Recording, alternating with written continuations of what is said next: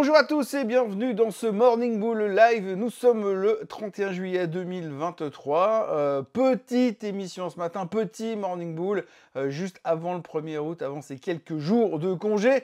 On va faire le point rapidement sur ce qu'il faut attendre cette semaine. On a vu ce qui s'est passé la semaine dernière. On a vu que l'inflation était presque battue un peu partout dans le monde et que tout allait bien. Et puis, on va voir un peu ce qu'il va falloir regarder cette semaine parce que même si la Suisse est à moitié fermée, puisqu'aujourd'hui ça va être calme, que demain ce sera férié et que mercredi il faudra se réveiller après le jour férié et que la vraie semaine commencera jeudi. Ce qu'il faut retenir, c'est qu'il y aura donc quand même beaucoup de choses à l'étranger, mais on fait le point tout de suite.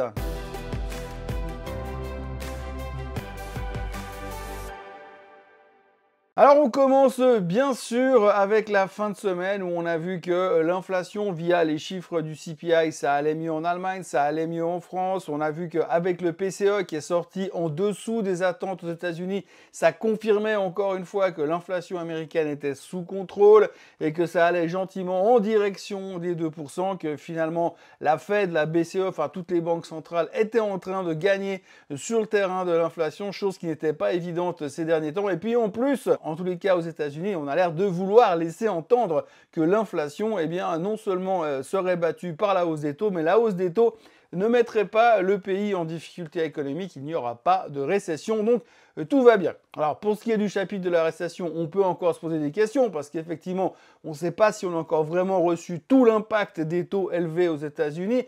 On n'est pas convaincu de cette chose-là. On sait aussi que dans les chiffres qu'on a regardés au niveau de l'inflation, ça enlève le pétrole et ça enlève quand même la nourriture, alors que c'est les deux choses qui visiblement n'ont pas vraiment encore pris la direction de la baisse. En tous les cas, en ce qui concerne le pétrole. Mais enfin, pour l'instant, on vit l'instant présent, on est vraiment en mode carpe diem, on ne regarde que ça et on se dit, finalement, ça va bien, donc il n'y a pas de raison. Et on est face à un marché qui n'arrête pas de monter. On l'a encore vu en fin de semaine dernière aux États-Unis. Les chiffres trimestriels sont bons, la plupart autour de 78-79% sont mieux que les attentes, pour ceux qui ont déjà publié, et à côté de ça, vous avez une inflation qui est vaincue, une économie qui a l'air d'être stable et de se stabiliser en tous les cas. Bref, on a l'impression que les autres instances de nos gouvernements et de nos banques centrales ont réussi leur job et que tout fonctionne parfaitement et il n'y a plus aucun problème. Donc c'est vrai qu'aujourd'hui, on a de plus en plus d'analystes qui viennent nous dire oui, désolé, je pensais pas qu'on irait si haut si vite, donc je vais revoir mes targets. Mais c'est vrai que tout ce négativisme dont je vous parlais il y a encore quelques semaines, où il y avait beaucoup de gourous qui venaient pour dire qu'on allait se faire démonter, finalement, ceux-ci sont en train gentiment de tourner la veste. Alors, bon signe ou mauvais signe, je ne sais pas, mais en tous les cas, on voit qu'il y a de plus en plus d'analystes qui reviennent en disant « mais à culpa, je vais remonter mon price target et on verra pour la suite ». Donc oui, au niveau des tendances graphiques, on l'a vu dans le Swiss Bliss ce week-end, les tendances sont directes à la hausse, il n'y a pas de questions à se poser, il n'y a vraiment pas d'inquiétude à avoir. Certains sont plus dynamiques que d'autres, on voit que le S&P 500 et le Nasdaq sont vraiment dans une quasi-accélération de leur tendance haussière. On voit que le CAC 40 est ressorti de sa tendance descendante, donc va gentiment en direction des plus hauts historiques. Le DAX est au plus haut historique. Le SMI est un peu en retard, mais le SMI, c'est pas pareil parce que c'est différent. Et puis, il reste plus que l'Asie qui doit se réveiller. Alors, l'Asie, ce matin, on a vu les chiffres du PMI en Chine qui étaient plus ou moins dans les attentes, plus ou moins en dessous. C'est pas folichon. En tous les cas, pour l'instant, ça laisse toujours planer cet espoir qu'à un moment donné, le gouvernement chinois va lancer un stimulus généralisé sur toute l'économie et pas seulement sur le real estate comme ils l'ont fait la semaine dernière.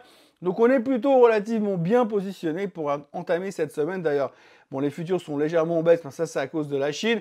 Mais globalement, on est plutôt optimiste parce qu'il va y avoir encore beaucoup de chiffres trimestriels et des chiffres qui devraient être logiquement bons, puisque quand on voit les autres chiffres des grands de la finance américaine, les Google, les Microsoft, les Meta, on serait surpris que des boîtes comme Apple ou comme Amazon foirent complètement le trimestre. Et si on regarde les chiffres du trimestre, on va commencer à entamer la semaine d'entrée avec des petits noms pour l'instant. On va attaquer avec des Sophie pour la finance, des Transocean pour le côté pétrolier, des Diamondback aussi pour le côté pétrolier, et puis demain, 1er août, alors que tout sera fermé en Suisse, il faudra regarder Uber, Pfizer, Caterpillar, Merck avant l'ouverture, Altria également, et puis après la clôture, il y aura AMD, très important sur les semi-conducteurs, bien évidemment.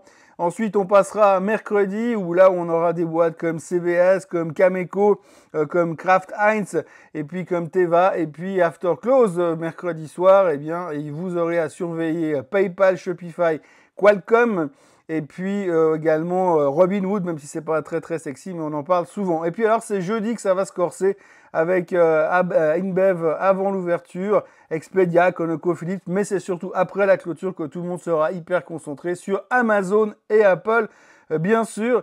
Il y aura aussi Coinbase, Block et Airbnb, mais franchement, pour être honnête, jeudi soir, eh bien, tous les regards seront fixés sur Amazon et Apple. Alors, tout le monde est plutôt optimiste sur ces résultats, parce que quand on voit le reste, comme je vous le disais avant, quand on voit ce que les grands noms ont fait, eh bien, il y a quand même peu de chances qu'on ait des mauvaises surprises de ce côté-là, et ça devrait continuer dans la bonne direction. En tout cas, on espère, parce que finalement, c'est les deux seuls qui pourraient encore faire capoter le rallye dans lequel nous sommes aujourd'hui. Si on regarde ce qui aura sorti à vendredi, il n'y aura plus grand-chose. Et donc, en gros, la semaine se concentrera principalement, on va se focuser sur jeudi soir. Il y aura bien évidemment beaucoup de chiffres économiques cette semaine également, puisqu'on aura le CPI européen qui sortira aujourd'hui.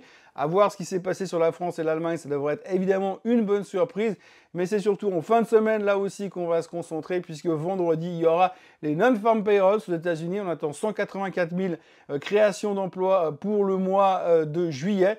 Et ce sera évidemment très important, parce que la Fed va regarder ça pour faire son choix pour les taux du mois de septembre. Voilà ce qu'on peut dire. Voilà encore une chose il y a encore une chose qu'on peut regarder, c'est qu'on va rentrer au mois d'août demain. Enfin, les gens vont rentrer au mois d'août demain. Nous, en Suisse, on va rentrer au mois d'août plus tard. Mais en tout cas, le mois d'août, généralement, c'est assez intéressant à observer, parce qu'on aime beaucoup les statistiques dans le monde de la finance. C'est assez intéressant à observer que le mois d'août, en général, jusqu'à la fin des années 90, a été le meilleur des mois de l'année. Statistiquement, sur près de 100 ans, le mois d'août faisait 1,8% de mieux que les autres mois durant l'année, et c'était connu comme étant un des bons mois. Mais depuis la fin du siècle dernier, puisqu'on peut dire le siècle dernier, eh bien, tout d'un coup, on se rend compte que c'est le pire mois de l'année. Alors pourquoi, comment, on n'en sait foutrement rien. Mais en tous les cas, on se rend compte que depuis une vingtaine, 25 ans, eh bien, c'est pas le meilleur mois de l'année, et c'est le mois un peu le mois pivot, puisque évidemment, dès qu'on aura fini le mois d'août, on va avoir Jackson Hole, et puis après, on va entamer la pire période cyclique des marchés boursiers, septembre-octobre, les mois des crashs, entre guillemets, là où on a toujours peur, où il ne se passe pas forcément grand-chose, mais là où on a toujours peur. Donc voilà, aujourd'hui, on est quasiment au plus haut de tous les temps, un peu partout. L'optimisme est de mise pour entamer ce nouveau mois. On voit que les chiffres trimestriels sont bons, on voit que les chiffres économiques sont bons, on voit que l'inflation est vaincue. Pour l'instant, il n'y a pas de gros signes de ralentissement qui pourraient être inquiétants. On va quand même regarder attentivement l'impact sur le long terme de ces taux d'intérêt qui sont quand même élevés, puisque inévitablement, d'une manière ou d'une autre, on va les ressentir un petit peu partout. Mais c'est une histoire dont on va reparler probablement ces prochaines semaines. Voilà, d'ici là, je vous encourage à vous abonner à la chaîne Swissquote en français, à liker cette vidéo. Et puis nous, on se retrouve le 4 août, parce qu'entre deux, eh bien, il y a demain c'est férié, mercredi je suis pas là, et jeudi je suis pas là non plus, et je serai de retour vendredi, parce que je dois voyager entre deux. Passez une excellente journée, un excellent jour de 1er août, une belle fête nationale, et un vendredi. Bye bye.